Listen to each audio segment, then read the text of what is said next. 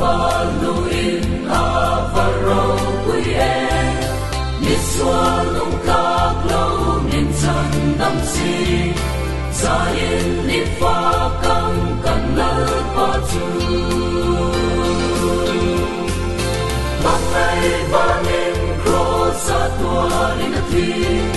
Kainin niswate minsan damna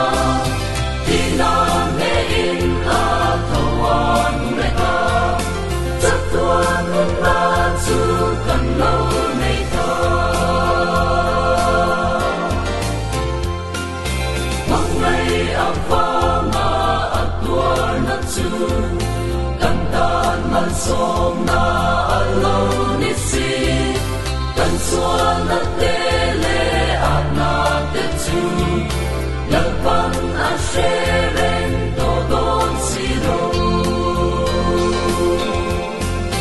Mangay banin cross at warin at hin Kainin eswate minsan damna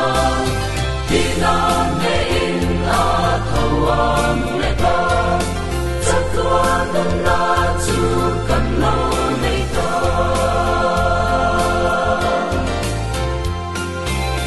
Mangay naro kuya vang chua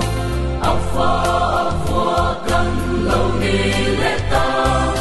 Ang mangay na tu quang chung seri Zayin nifakang kan lau patu Mangay bangin cross at warin at hin Kainin eswate minsan damna Tina